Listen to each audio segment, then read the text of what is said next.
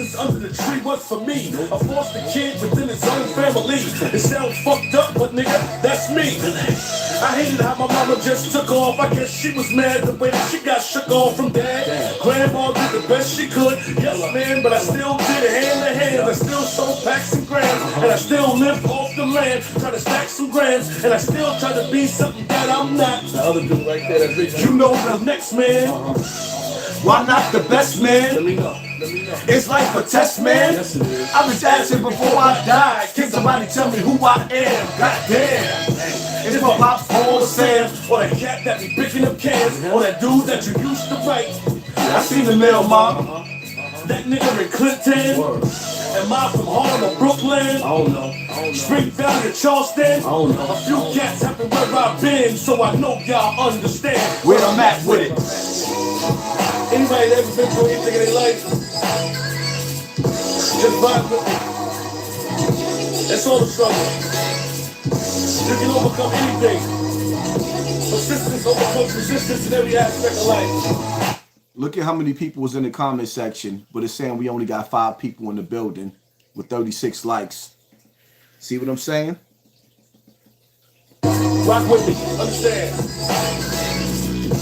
Now I'm in the scheme of things, the Benz, the Bentley, Coops, the beam of things, the coke, the dope, the triple beam and things. I'm getting money. You know the dream of things. Man, I thought I was a shit, had a Benz, but I lived in my nana's basement. Here's the question: how can a young nigga be so old? How can a hot nigga get so cold? How can an old nigga be so dumb? How can a smart nigga be so dumb? How can a cool nigga be such a nerd? With no wings, how can I be a bird? How come getting what I deserve is so unheard and so absurd? Why am I still here? So many niggas is gone that was born my year. Scoot up writing this rhyme, I had to shed a tear, cause I've been waiting so long to say this shit here. Yeah. Y'all know where I'm at. That's just how it was. I smile now, but I smile and stop from crying. Yeah. 2 people. Yeah. Peace and love to everybody in the building. Y'all already know the rules. Come in my house, you take off your shoes and super violate that like button. Violate that like button. Hit that like button. So we can get these notifications out. Now, I ain't gonna hold y'all up. I'm gonna just get right down with the nitty gritty, right? Matter of fact, let me take these shades off, put my glasses on so you can see my eyes, right? Now, let me give y'all a recap of the live I just did the other night with Kilogram. Because sometimes you got to understand there's a method to my madness, right? So you see me indulging in celebrity gossip, doing an interview with Luce Cannon. This is one of them dudes that's out there from California, gang dude. Behind the scenes, teaching me all the intricate details on why you should not check in. Why you don't check in when you on the West Coast, when you in California. And also teaching me what I was trying to teach y'all, how those California dudes are affiliated with the FBI, the CIA, the Boule, the Black Boule, right? You following me? So now, here's the thing. Earlier that day, I'm on the phone with Luce Cannon. And I told him I'm going to go live with him. But don't talk to Wack about us going live until after the fact. Which meant I didn't want Wack 100 to have no dealings with anything that we was doing. Now, prior to this, right? Days after days after days after days, you got Kilogram, a.k.a. Lil Flip, a.k.a. You Better Not Lie podcast. Y'all see I've been trying to help this brother, right? If y'all can see that I've been trying to help this brother drop a 1 in the comment section. It's simple. So nevertheless, for days and days and days, he's hitting me up. Yo, Luce want to rock with you. Luce want to build with you. Luce want to do a show with you. And I'm telling Kilogram, You Better Not Lie podcast, nigga, you out of your lane. You are out of your lane. You are dealing with niggas that live in the snake pit and survive off of setting niggas up. I'm going to say that again, right? When you're dealing with a dude like Luce Cannon, he's not a regular dude. He's not a regular dude. When you're dealing with Wack 100, you are dealing with a dude that has charisma. Not only do Wack 100 has charisma, but Wack 100 is like, when I tell y'all, the hellfire is surrounded by the most beautiful things. Wack 100 has the industry in his hand. He's amongst the elite, even though he's a piss boy in that industry. But nevertheless, he is in position of power. Black men in the black community have become divas. It's sort of like in the industry, right?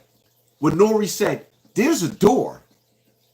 You know, I made that famous. Even though it happened on Drink Champs and Nori gets all the props for doing the interview and saying what he said. But none of y'all paid attention until I started promoting and showing y'all things like this on my platform, which gave birth to Charleston White, Jaguar Wright, and all these people that's copying my style. But let me get back to the topic. Wack 100 gives the illusion that he could get you through the Diddy door. Y'all know what y'all got to do when y'all get through that door. But y'all never seen Wack 100 absolutely put nobody on. Absolutely nobody on. But as men, like Kilogram for an example, he wants the fame so bad that it's blinding him. And what he didn't understand, what I was trying to tell him is a certain type of energy. I'm getting older now, and I have to face reality. Even though some of us might look like we in shape or out of shape, I done put on some pounds. Don't have all the muscles and the athletic body that I used to have. But I don't like, energy is everything. If you let the wrong energy attach itself to you, it will drain the life out of you. And sometimes it takes time to regain your energy. So I warned Kilogram, You Better Not Lie podcast. I said, listen, I don't want to deal with these dudes. Or rather, Luce Cannon, because I see Luce Cannon, he has no loyalty to nobody. His popularity all over the internet is going at one of his closest friends for years. He's building a reputation off of destroying Big U, right? That's their business. If he'll flip on Big U, who's a dangerous cat, why wouldn't he flip on HASSAN Campbell, the father, the podcaster? I mean, because the reality of it is, I don't have the energy to be running around shooting and busting gun, being Poppy from back in the days. See, reality set in when I hit 48 years old. I thought to myself, does anybody live to see 100 years old? It's rare.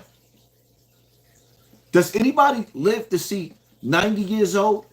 It's rare. Skip all that. Most of my friends, or the niggas I grew up with from Bronx River, in my era, I'm not even talking about the people older than me. What we gonna talk about? Papo, may he rest in peace. We gonna talk about the niggas I was in jail with, Papa Jock, may he rest in peace. We could go from the niggas I met in the penitentiary, Or we could deal with the niggas that I knew and I grew up with in the streets. Nudie, rest in peace. Sly, rest in peace. Shaft, rest in peace. Boogaloo, rest in peace. Backspin, rest in peace. I could keep on going. Y'all don't know these people.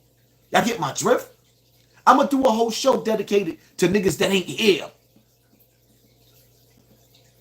I don't have the energy to prove to niggas that I'm tough. Until somebody tougher proves to me that I'm not tough anymore, or they beat me to the draw and hit him in the head with the headshot. I gotta preserve my fight, my stance. Every soldier got one good last round in him. One last fight. That fight gotta be preserved for my autistic children and my children. Not even for me anymore. So when I told Kilogram, I'm not really with this. I don't want to do this thing with Luce Cannon, because I see what Luce Cannon is doing. Any rappers that I attack on this internet, it's because they're sending their kids to college, to camp. They're giving their children a better life, and they selling our children the street. This is why I declared war on the music industry. Outside of the fact that I also knew that Bambaataa was a gatekeeper of a music industry, and I had to learn the hard way that I was part of a cult and didn't even know that I was part of a cult in hip-hop, coming from the first family of hip-hop. So I got to see through the eyes of which I couldn't see, that the industry was Satan's house and that there was a price for going through that door. So now bring it back to this interview. I made it clear to Kilogram that he was out of his lane, but the illusion of him being successful through those dudes made him start sitting down and feeling like he's accomplishing something. Meanwhile, at the same time, he's not understanding, because I don't always speak all of my mind, but I said enough to him to let him know I wasn't comfortable with the arrangements. When Luce Cannon dropped out of my live, I went to hit the switch to let him back up. I can't see. I'm on a phone, a small device going live. I never used a laptop to go live. In my earlier days when I first started going live, Lily used to do it through the computer with the camera on me. I don't do that anymore. Now I go live through my phone. So what I'm saying to you is, when I let Wack 100 up on the stage, I kept it cordial because I'm like, okay, this is Wack. Interesting. I gave the link to Luce Cannon and I gave the link to Kilogram. I told Luce Cannon I didn't even want Wack to know I was going live. I told Kilogram the same thing. So when Wack ends up on my platform, I'm smiling for the audience, but in the back of my mind, I'm enraged. Because now you let the nigga on my platform, if y'all forgot the history about me and Wack 100, this was the dude that was pretending to be my friend. But at the same time, for months, me and Wack was talking on the phone for like probably 8 months to a year before I met up with him. And all the conversations I was having with Wack 100, he was telling me about how he was setting people up. And I'm thinking to myself, I just met this dumb nigga. Why would he feel so comfortable telling me how he set so many people up? Like, I'm going to give you a prime example. He told me about how he set De La Hoya up. And y'all seen the new pictures with De La Hoya dressed like a transgender? Wack 100 was behind that, coming from his voice. And he extorted De La Hoya, damn near billionaire, out of $800,000. Right? So we ain't got to go through the history of Wack 100. When me and Wack 100 met with Tekashi 6ix9ine and academics, I found out through him that the plan was to knock me out during our interview. But they didn't anticipate when I went to see academics, because the first time I went to see academics, I only brought one dude with me. So they thought when I came to do the meeting, I was going to do the same thing. No, I'm not stupid. I know I'm meeting with Tekashi 6ix9ine and Wack 100. I had 20 niggas with me in the building and was still outnumbered. We had niggas outside too and was still outnumbered, right? So now there's an understanding clear as day. If it goes down, it's going to go all the way down. So we had a good event. I'm thinking me and Wack good. We had the best time of our life. The very next day, he just started saying the most disrespectful stuff because he was supposed to set it when we was face to face. He didn't. Now, after me leaking the audio, y'all already seen what happened. It brings us to where we at today. Me losing my monetization. And during that same live we did, Wack 100 told y'all exactly how he cost me my monetization, putting bots on my channels, slowing down, and he admitted that he cost me millions. I was on the verge of being a millionaire. I was the next millionaire. So now, niggas in the hood will rock your snot box if you run off with a key. He ran off with bricks of my legal money to feed my children and left me in a crazy, crazy hole. Let me ask y'all a question, right? How would y'all feel if Kilogram invited this nigga to your house or send the link to my stage after you knew he did all this to me? I didn't invite Wack on that live. He snuck through the back door. So now you see me talking, acting like everything is all right, but I got a bottle of liquor in front of me. Pouring. As hours is going by, I'm trying to keep it cool, but I got smoke coming out of my neck. Now, Kilogram not even realizing that if this was the streets and this was real life, oh, you calling him stupid, I wouldn't have called him nothing. I would have just left him in the alley. That's how the streets work. And I'm speaking hypothetically speaking. I don't wish no harm to my brother. But I'm just trying to explain to y'all so y'all can understand my anger. He lucky I called him stupid. Because what he did was very stupid. Very, very stupid. That's like bringing your side chick to hang out with your wife. Why would you bring your side chick to hang out with your wife? Are you not entertained? So, nevertheless, when y'all see me balling, I'm acting like everything is all right. People in the comment section, look at HASSAN Campbell blushing. I'm like, these stupid niggas. I'm reading the comments, laughing to myself. Like, they don't really understand how angry I am. Oh, you speak to Wack from time to time. Wack calls me on the phone, and I humble myself because I'm like, can you please reverse what y'all did to my page? So at least I could put some more of my kids through college. Can you please undo what you did so I could put some money away for my autistic children so that they can have a life? Because I'm dying. There's no ifs, ands, and buts about it. The afterlife is calling me. The grave is calling me. I know I'm leaving here soon. I can't stop that. So I got a small window to feed my children.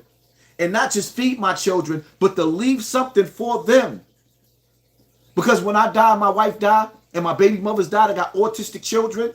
There's nobody to take care of these children. They're going to become autistic adults that can't look after themselves. So the least I can do is put away for rainy days for them. And Wack 100 threw a monkey wrench in that out of jealousy. Or was it jealousy? Because I want y'all to understand this industry. I want y'all to understand digital COINTELPRO. Remember, I started that. Digital COINTELPRO. The same way you got agents in the streets, you got agents on the internet. You got agents in the music industry. You got agents in everything that black people, the fallen angels, touch. Because Satan refuses to let his hand off of us. Whether it be in the spiritual realm or it be in the physical realm. So I humbly speak to Wack 100, like, could you please undo what you did to me? Why would Wack 100, a millionaire, want to sit down with a YouTuber named HASSAN Campbell? Why would Bimmy, Supreme Team Bimmy, the only one in the history of the Supreme Team that ain't do no time when he was a kingpin, be reaching out to YouTubers that's nobodies to him? Nobodies. What is the interest where they keep trying to get close to niggas that's not even on their level? Even washed up YouTubers like Gully TV. Washed up. Nobody watches them. When the last time you seen Gully TV with 3,500 people in the building? Hit the like button. Why is he reaching out to him? Because he's an agent. And agents go deep cover. When you go to the feds back in the days, niggas that went to the feds was moving bricks. Now you go to the feds, you got niggas that's moving $100 worth of crack. They're in there under RICO statuses. They're in there. So it lets you know that agents go deep, deep, deep, and they go to the lowest of the lowest of the low, even the brokest of the brokest. So in this industry, on this internet, you got the digital COINTELPRO. Dudes running around trying to get familiar with you. Wack 100 is making himself presentable to all of the scum or the people that's beneath him. The industry niggas, we all listen to Mano, how he talked about us and how we would never be invited to the parties and we too good, they too good, or we beneath their parties. Y'all heard him. I played the audio. What y'all want me to play it again? So that's how the industry feel about us, even though Mano's broke.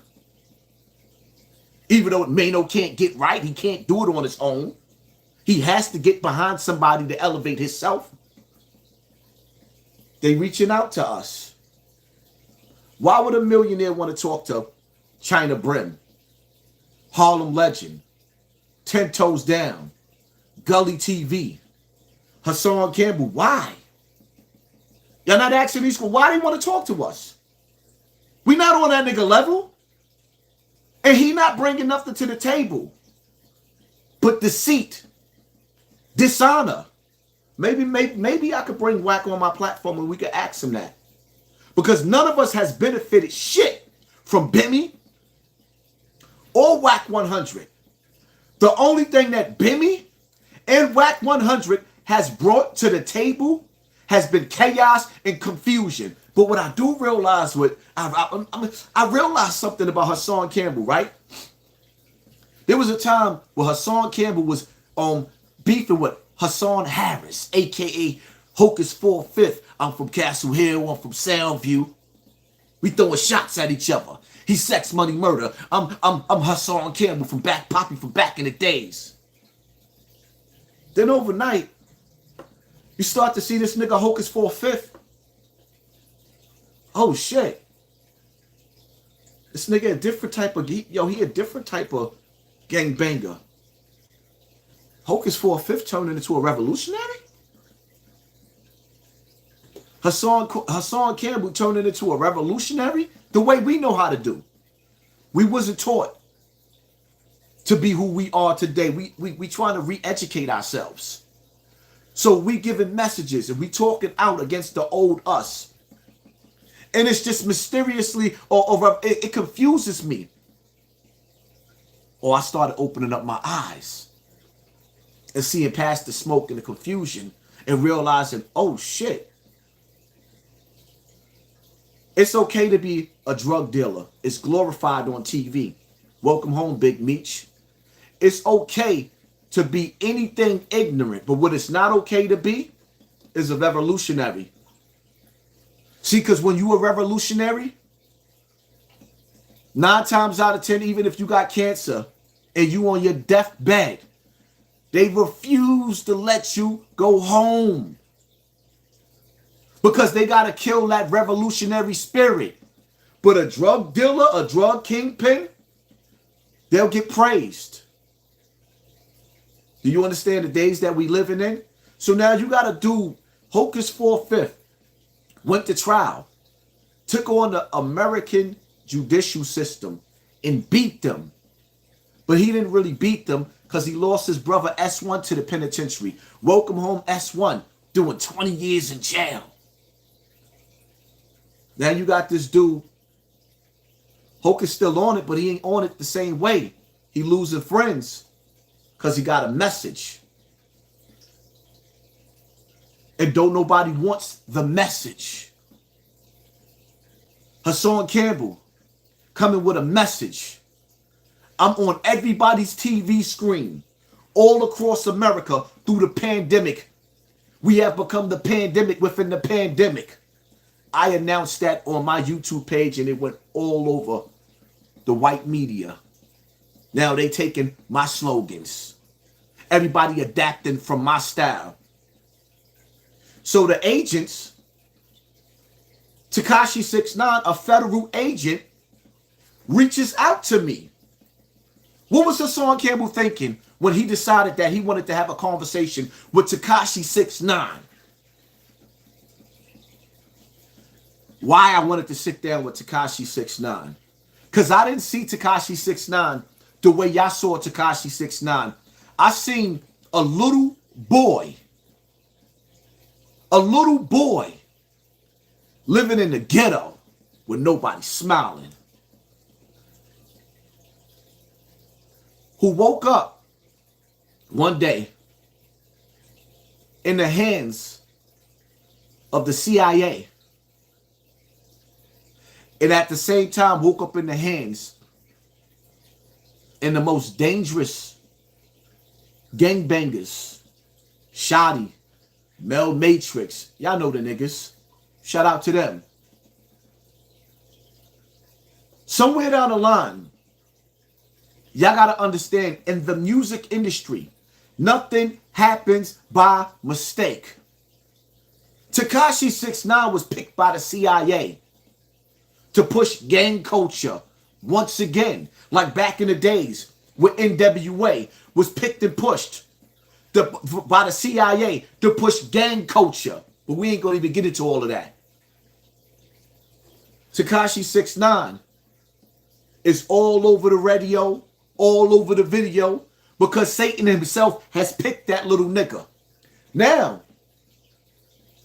the entourage that Tekashi 6ix9ine got with him, they actually started with the little nigga and Shoddy, Mel Matrix, and Jim Jones. These niggas is generals that misled that little boy. See, the key to paradise is in all of our hands, and the key to the hellfire is in all of our hands. We make the decision on which doors we're going to unlock through our deeds, through our character, through our personality, through our righteous steps, or through our evil sins. Them niggas had a millionaire in their hand. Tekashi 6ix9ine could have possibly been the next billionaire if they didn't go to the feds. They wanted the glorification of the streets more than they wanted paradise. Not realizing that, Shoddy not realizing that you couldn't have them both. You can't have the keys to paradise and the keys to the hellfire, the ghetto at the same time, which all of our celebrities found out one day or another. Whether we talking about Young Dolph or we talking about Pop Smoke. Once you get to a certain level, you can't turn back. You can't look back. Because the grave is going to wait for you, or the penitentiary is going to wait for you. When you become a family man, when you give birth to a child, you have to decide, am I going to be a father or am I going to run with the streets? Believe me when I tell you, the penitentiary will pick for you. Believe me when I tell you, the grave will pick for you.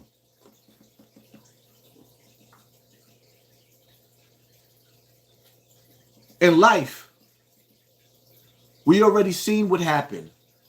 We already seen how this played out.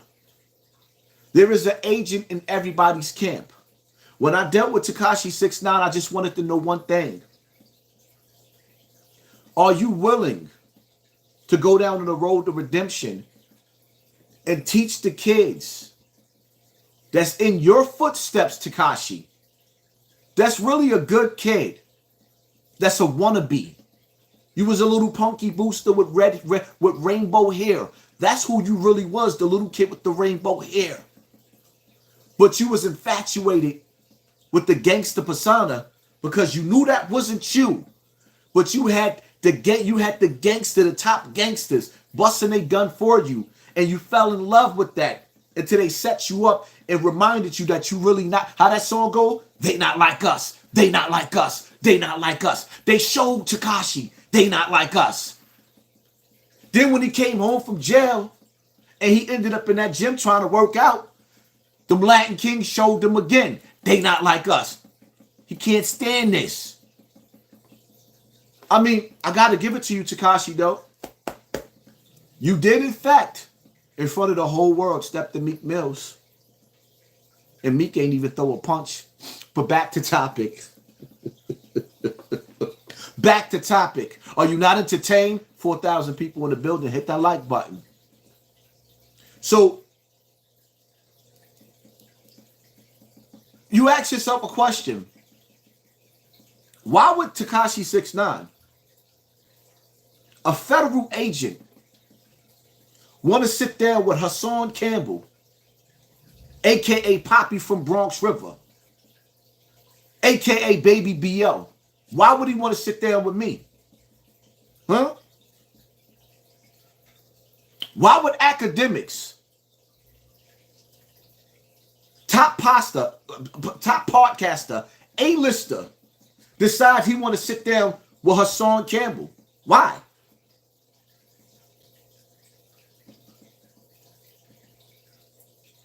Truth of the matter is, I was on fire on this internet. And niggas was looking at me like a threat because my voice was speaking out against all of the evils. But nevertheless, all of these millionaires came and sat down with me, and I ain't never been the same. My platform has never been the same. And at the same time, as me rising, why would Charleston White want to come sit down with me? We didn't sit down in person, but I damn sure played a big part of boosting him on YouTube. He was on Facebook, broke as shit. On Facebook without $1 in his pocket. Y'all better understand digital COINTELPRO and understand the times that we living in. Nipsey Hussle was on another level from HASSAN Campbell. And he was doing his thing in his own way. And Nipsey Hussle died at the hands of these same people. Wack 100 has the Nipsey Hussle sex tape. Luce Cannon comes on the internet and claims that Big U reached out to him a half an hour before Nipsey Hussle died and announced that Nipsey was dead, and Nipsey wasn't even dead yet, allegedly. I'm not saying Big U did anything. This is what the people around him is saying. All of these niggas is tied to the government.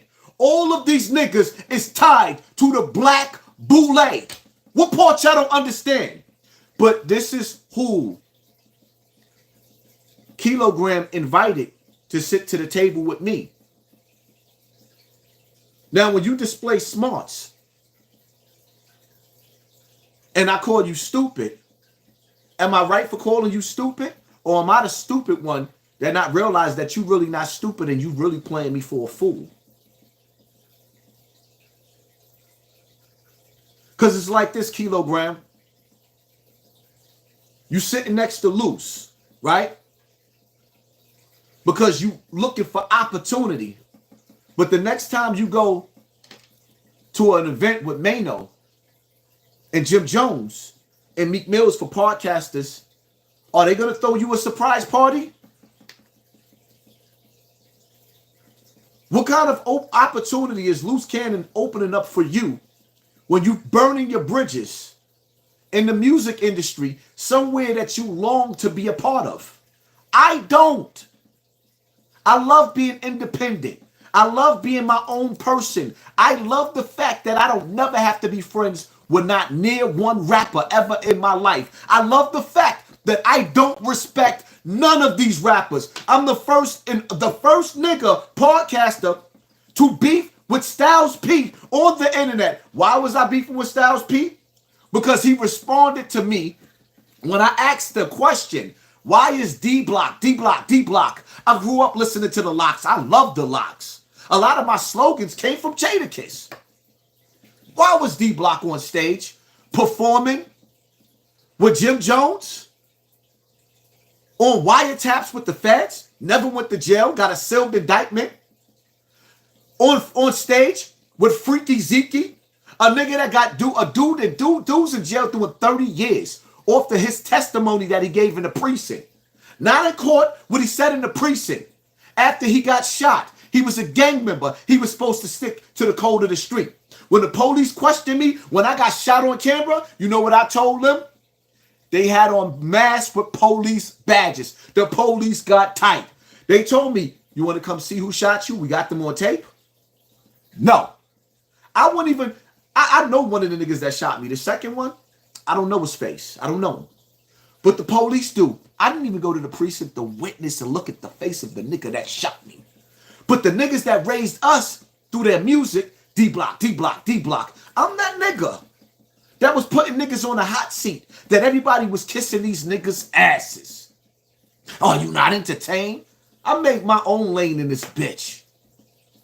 I make my own lane and I'm happy in my shoes. But some niggas want the limelight so bad.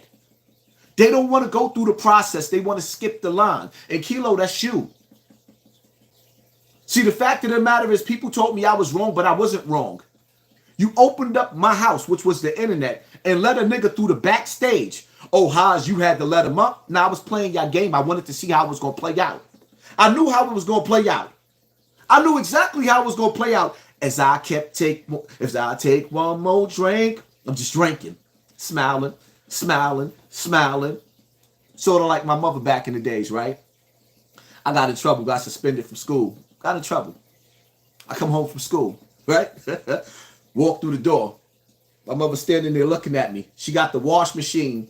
She thought she was so slick. She got the wash machine running, right?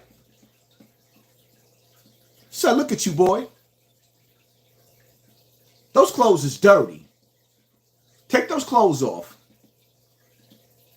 I'm like, all right, the wash machine is going. All right. Something like, something just ain't right. So I'm looking. I'm like, why she got her arm behind her back like that? Then I look again. She got the extension cord hanging between her legs, waiting to whip my black ass. I wasn't like my sister. My sister would stay there and wait till she was finished. Nope, you're going to chase me all through the house till you get tired. So my mother used to have to take breaks because she got so tired chasing me. She would take breaks and come back and whoop my ass again. As I was drinking, I was feeling like Wanda. Wanda's spirit is in me now. My mother coming out of me. And that's when y'all see me snap after a while. So now I'm drunk, where I'm belligerent and I can't even really argue properly because I was so angry. I just kept throwing shots and throwing shots, but I did it with a smile on my face. And that's why I tell y'all to pay attention to your circle before they hurt you, because let's keep it funky, right? We all know Luce Cannon is off the hook from what I hear. Wack, I mean, we didn't see him get beat up a few times, but Wack could get down for his. But Bullets, Gotti, if you put 4 of us in a room, you be the first one knocked out. You be the first one knocked out. And see, scratch on the fighting and the tough shit. You don't have no keys to no car, my nigga. And you don't have keys to a crib that belongs to you. You still living with your mother and your grandmother. So until you get your shit and your priorities together as a man, you could talk all the fly shit, laugh, yeah, you got touched as a kid. Why you on Tribe Called Quest album? We could go through all of that. Right now, we men. And you in your 30s creeping up on your 40s, and you've never had nothing. You don't have a right to talk anywhere. Back to this conversation. So it shows you You got to ask yourself a question. The nigga Kilogram, you bring a situation to me that I didn't even want. Then when it gets out of hand on the internet, you screaming and going back and forth with Bullis Gotti, but Wack 100 was being disrespectful. He was a guest that you snuck through the back door on my platform, and you should have checked the nigga on my platform. But instead, what you did was you stood there to see how it was going to play out because you wanted to be a part on both sides. And see, in real life, with us being on the battlefield, you got to pick a side, or you're going to lay down with the side that you stand next to. Are you not entertained? 1 second, people. Let me see who at my door.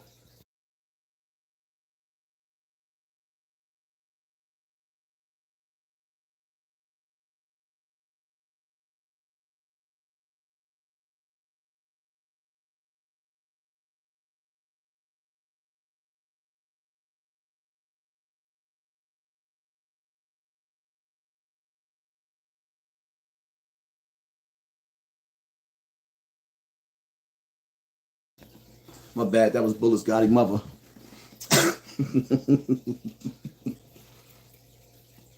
So now, just explaining something that I really don't have to explain.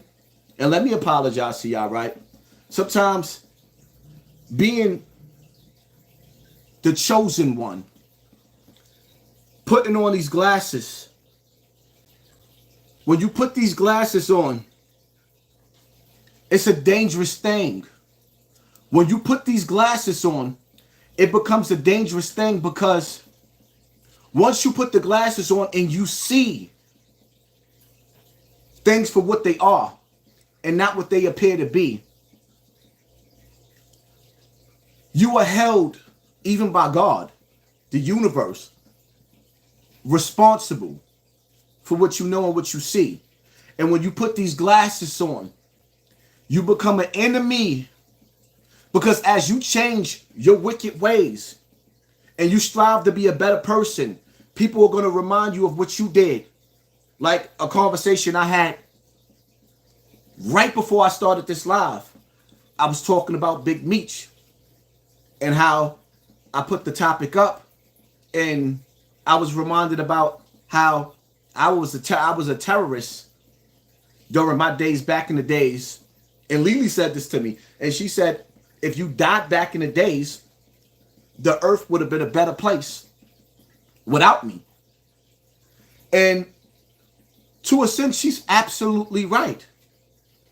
If I would have died in my earlier days because my father wasn't there to protect me, because at the age of 13, my father had a drug dealer introduce him to dope. At 13, he was introduced to one of the most powerful drugs there was. And it turned him out and broke him.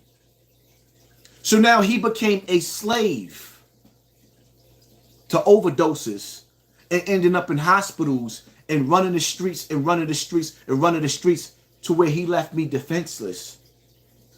And see, that brings me to the topic that we're talking about right now, where Big Meech was released from jail yesterday, and it went viral all over the place.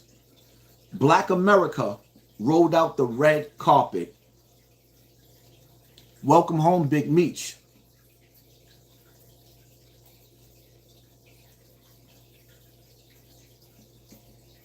This is a sensitive topic for me to touch on because I'm happy to see Big Meech come home. I don't want to be hypocritical. I'm happy to see Meech come home. I got brothers that's in jail that got names just like Big Meech. Maybe not as big as Big Meech. Xavier Williams. Me and Pistol Pete became very close before he went up north. My brother Eric Bennett. I could go through names. There's brothers that I want to come home. But it's like, what are we teaching our children? Black America. Young Black America. Huh? What are we teaching our children Well, now we got our children watching. Classes in session. Big Meech went to jail for selling drugs in every state of America. Became one of the biggest drug kingpins in Black America that there ever was. The nigga left so much money in the streets. When Big Meech went to jail, they was finding money in vehicles that he had in the streets 3 and 4 years after he got locked up. They were still finding compartments in cars with money and money and money and money and money. Big Meech gave the federal government, they retrieved over $100 to $200 million in cash. In Big Meech's reign of being the most notorious drug kingpin in Black history, throughout the years, every year, it was hundreds and thousands of deaths, of overdoses, of people who died off of his drugs. Hundreds of thousands of a year. How do we explain this to our children?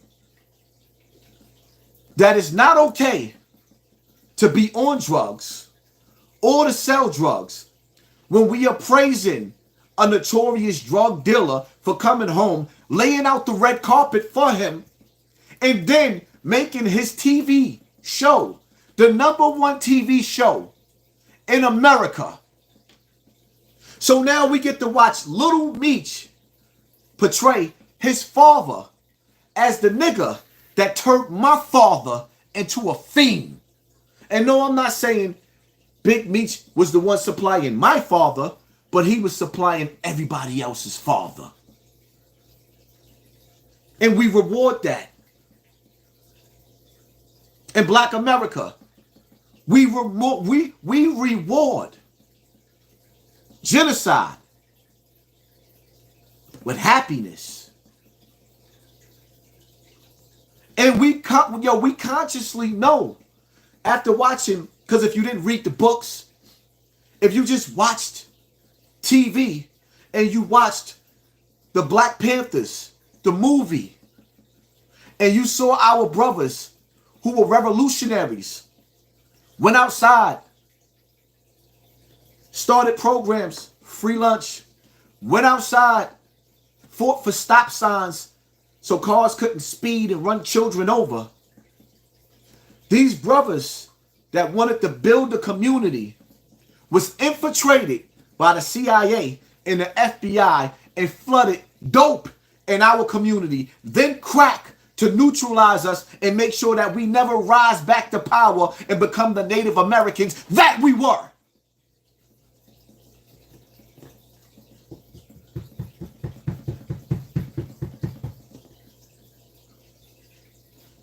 We can never get back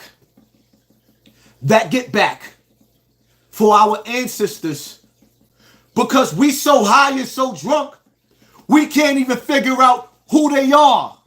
What did Bill Ray say in that song? Who's my pops, Paul or Sam? I seen the mail, Ma. Is it that nigga in Clinton? Niggas don't even know our ancestors.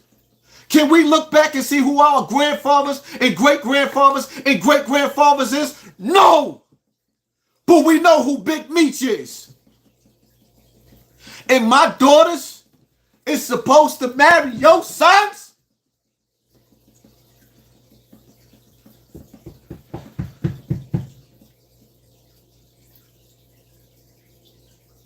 Am I supposed to sit down at the table with, you know, the woman that played Big Meech's mother?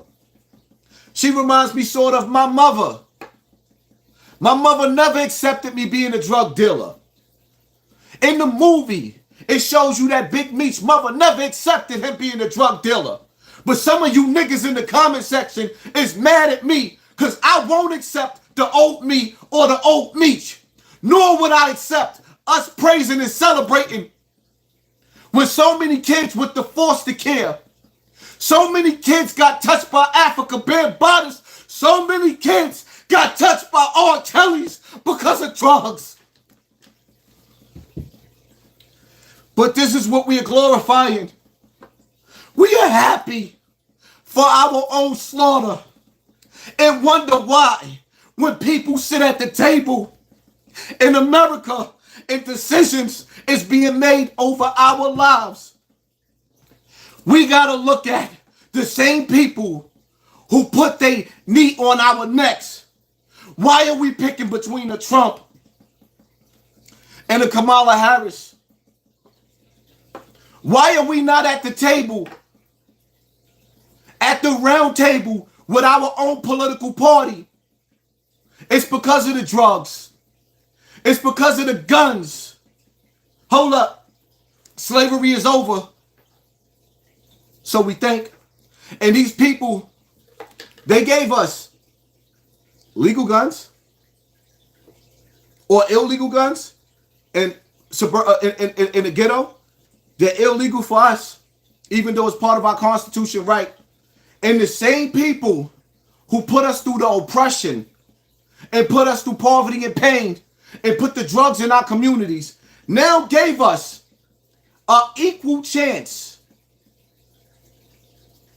to use those guns to be police officers, to infiltrate the feds and become federal agents to protect ourselves, to stop the drugs from flooding our community. And instead of us doing the right thing with those guns that Christopher Columbus gave us, we actually celebrate scoring points. Our favorite heroes in the hood. I give you a New York one, Pistol Pete.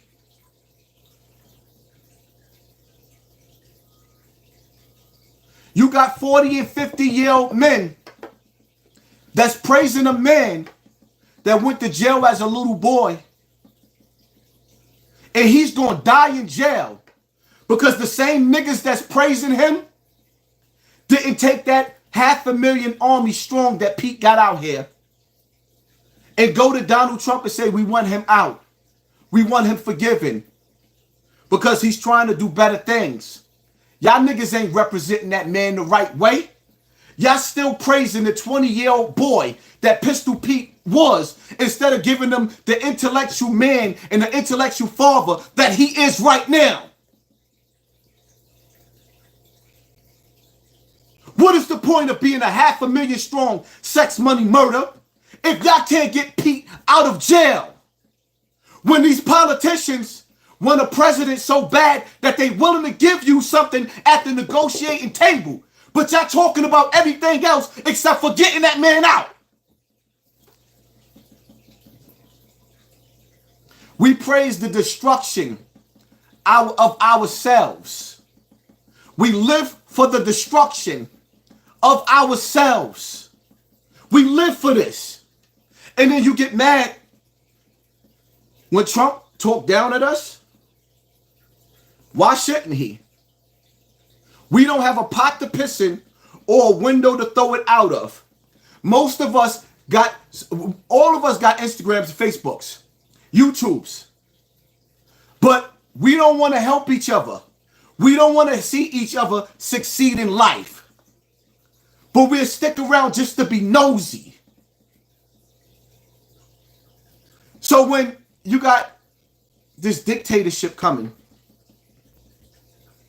where this is going to be one of the most important elections that you've ever seen in your life. Because I told y'all 7 years ago, 6 years ago, because I keep repeating myself, Donald Trump, the name within itself, Trump, in the Bible, in the Quran, it speaks about when the trumpet is blown and the 4 horsemen of the apocalypse is released. Are we not on the brink of Armageddon? Are we not watching the storms? Are we not living in times, in days where we have plagues and new plagues being created and missiles being launched? Are we not living in the times where we seeing the earth swallowing up people like in stories that you see in the Bible and then in the Holy Quran. And at the same time, while we are seeing these things, we are sitting up there worried about what's going on with P. Diddy. That is because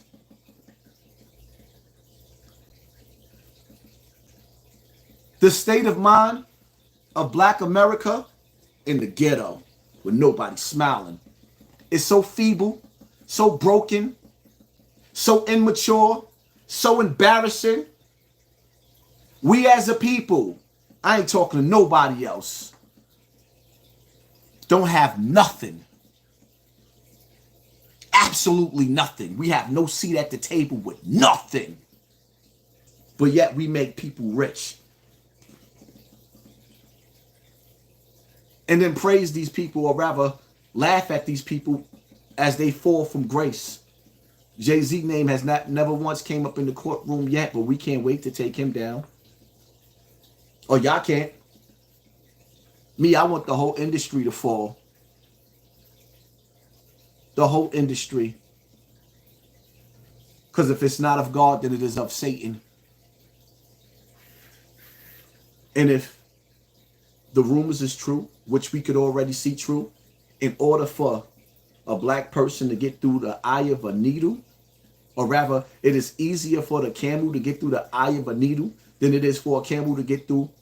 It is easier for the camel to get through the eye of a needle than it is for a rich person to get into paradise, because of the steps of unrighteousness and the unrighteous things that you have to perform in that evil building of Satan, in that evil house of Satan. So why would I want any child? When Orlando Brown was asked, would you recommend Hollywood for any child? He said, hell no, because he was a child in Hollywood and his brain is broken. Look at HASSAN Campbell. Got almost a 500,000 followers on one page alone. Just turned 48 years old, and my brain is broken from Black America. From niggas like Big Meech. Poisoning the community. And you right. My 13-year-old father, ain't nobody make him take it. Ain't nobody make my 13-year-old father take no drugs. He did it because he wanted to.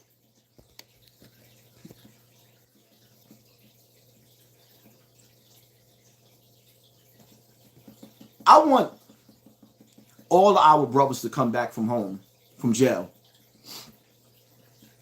I would love to see Big Meech reunited with his mother, with his son, with his best friends, with the community. But to make this a celebration where the children that watch me, the teens that watch me, the kids that look up to me, I refuse to act like it's okay to reward a nigga that committed genocide on his own people. We know that drugs was created and flooded our community to neutralize us. Big Meech played a part helping to neutralize us. So yes, we want our brother to come home. No, I don't hate Big Meech, but I refuse to make this message mixy to the point to where that people think that it is okay to go to jail and do 20 years in jail and come out 56, 58 years old. Meech is 56, 58 years old.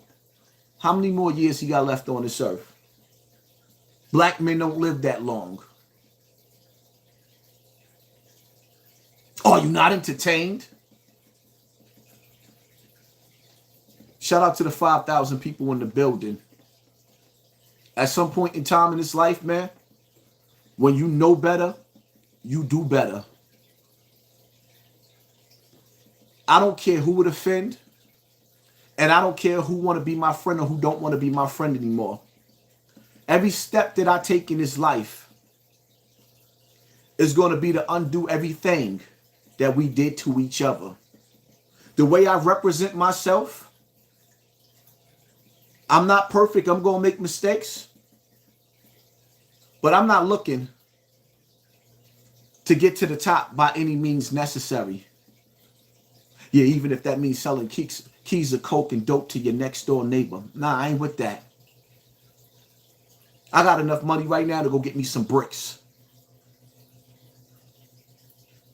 Because I'm dealing with the digital COINTELPRO trying to attack my channel because my voice is this strong. But I'm being humble and patient.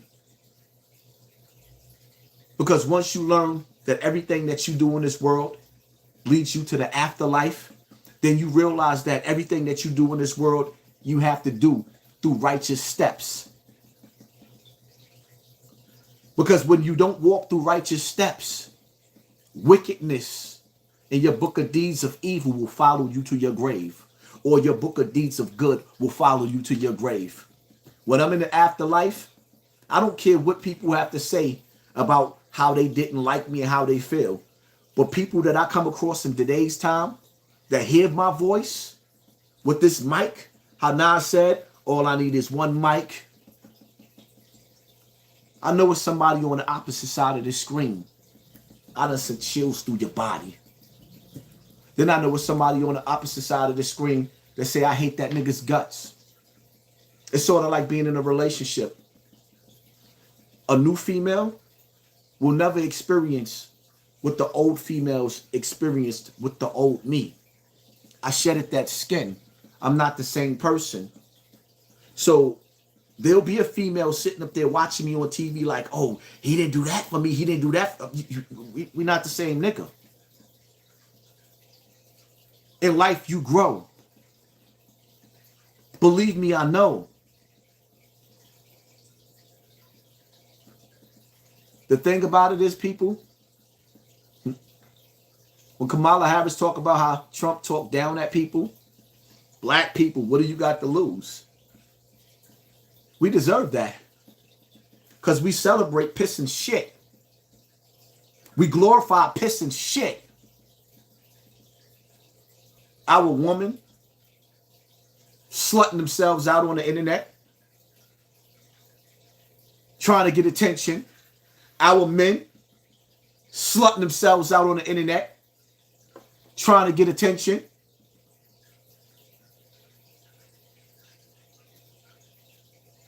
See, your shorty, you sit up there and throw on the best outfit to take a selfie or walk to the corner store, but to go to bed with you with sweatpants on. And we wonder why our homes is failing. And your man's, he put on his best outfit Friday night to go stand in front of the bodega on Bronx River Ave, on Webster Ave, on Cortland Ave, on Idawar Ave.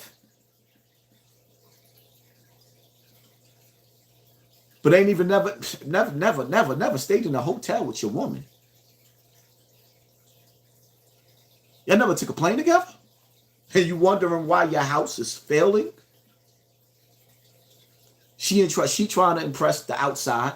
He's trying to impress the outside. And the house is empty.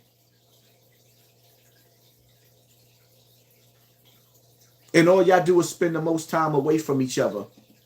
I don't blame Trump or any white man for talking to black people like you little children, because you live like little children. Then I have people sitting up there talking about, oh, Haas, telling all of my friends think I be talking about them. I do, but I don't. Like some of my friends, about 20 of them just came home from jail. All within the same 2 years, about 20 of them. And some of them are doing the same thing that they was doing. I'll give you an example. One of my men said, yo, I just seen such and such. Now, my man just came home from doing 25 years in jail. He said, I just seen such and such on the same corner in the same spot that you introduced us to. I introduced them to each other 30 years ago. So the nigga that he talking about came home. He came home from jail after 25 years, and that nigga still standing on the same corner that I introduced him to the other nigga to 30 years ago.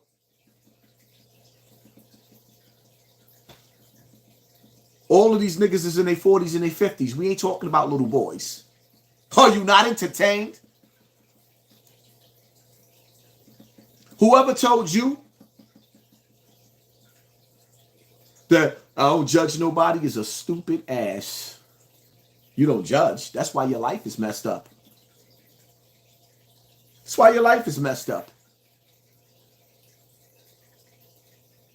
Black woman voting for Kamala because she's supposed to be black, but she imprisoned all their children. Black men, like me, myself, see, I don't trust none of these politicians, but if Trump is going to wage war on sex traffickers again, the way he did when he was in office, then I want Trump in office. If Trump is going to stop children from being able to change their genders when they're not even old enough or mature enough to even know the decision that they make, if Trump is going to get in office and put a stop to over-sexualizing our children and pushing our children into the mindset of thinking, I mean, because if I go outside and start swinging for trees and the police come and say, what are you doing? And I tell the police that I am now a gorilla, I'm going to the nut house. But my child could tell me that I must accept them for the delusion of who they want to be, but they really not. And I'm forced to accept that because some satanic, evil, sick, twisted son of a decided that as parents, we are so weak and feeble-minded that we will allow this.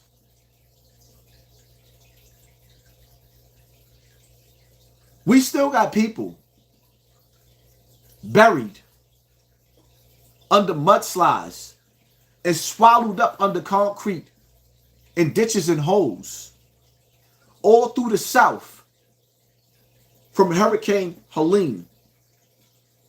And y'all had the audacity to make the release of Big Meech more important than them lives that's slowly fading away. We don't deserve no respect. We deserve the projects that we praise. We deserve the piss and shit that's in the hallways.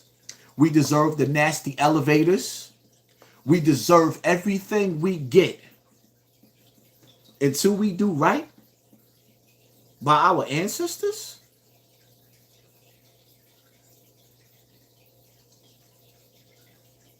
Yeah, because picture the ancestors, the fought for us to be where we at right now, and looking at us engaged in evil with ourselves. Because if it was me looking down at our race of people,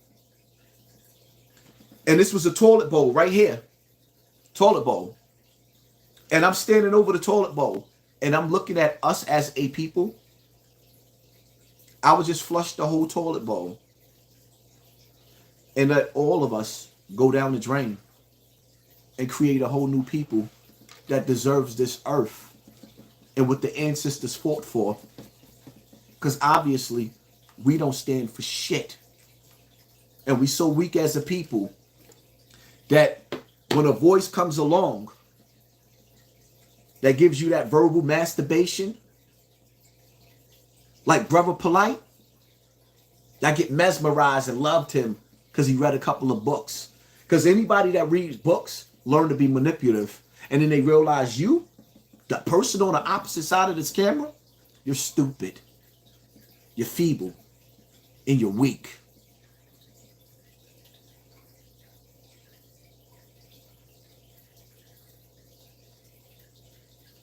So then they end up in your lives, have you donating money to them. Umar Johnson's running around telling me that YouTube is not my therapy. I need to go find me a counselor that's in my field of dealing what I'm dealing with, but then have the audacity to try to counsel Black America on P. Diddy and his victims and what it should be like? Are you the biggest hypocrite in this world, my nigga? Please go back to the same Africa that you've been selling us. Oh no, you don't want to go to Africa. You want to sell us.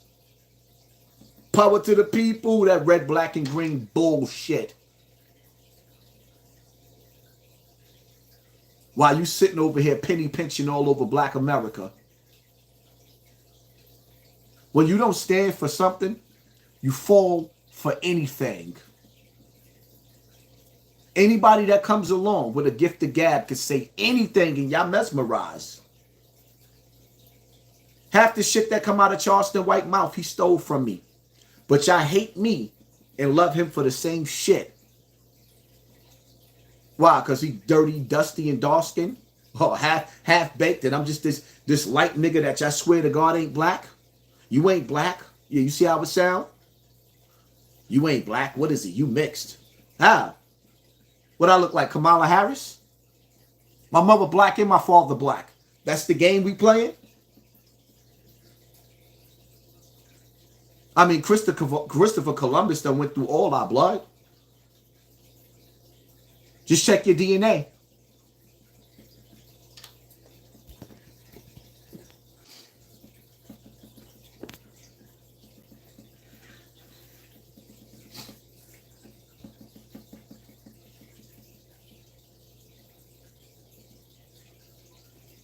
We are living in a day and a time where we are in trouble.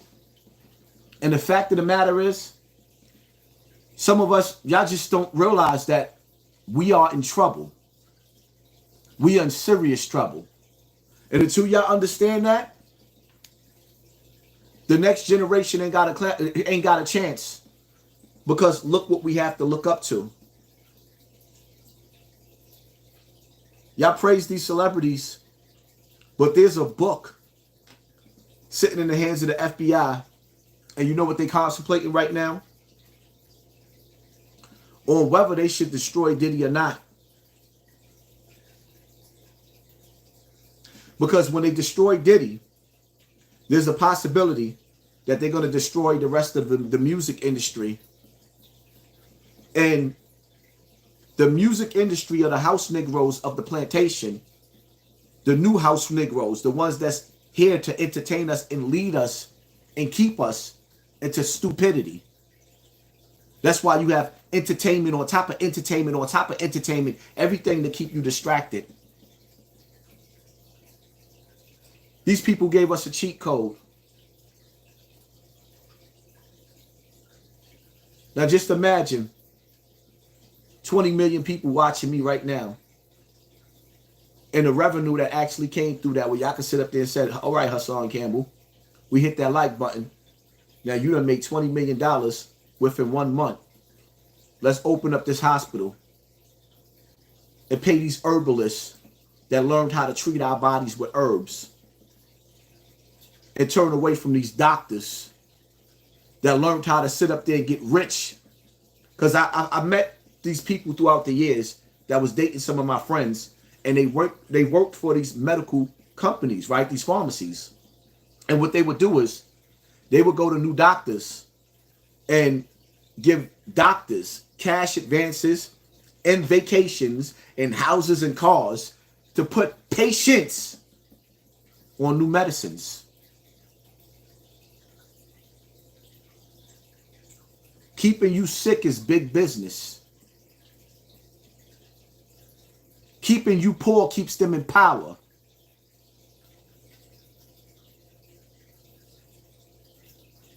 Dr. York was an intellectual, a mind on another level. His weakness, he was a child predator. He was all right when he was teaching his teachings until he decided that he wanted to create a community. Nature Boy is a product of drugs. No parents. He was a parasite to black women.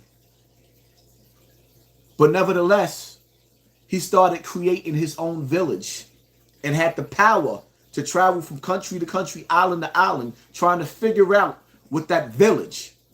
See, it's the unity, because only 1% of the population rules the world.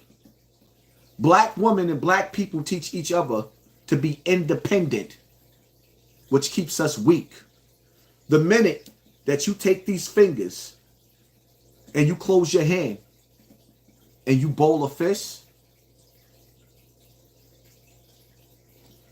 you can't stop that. They can't stop that. So every time you try to get together and form a foundation, a movement, a village that they can't control, they're going to send in the FBI. And see, what you got to understand is, in anything that we do,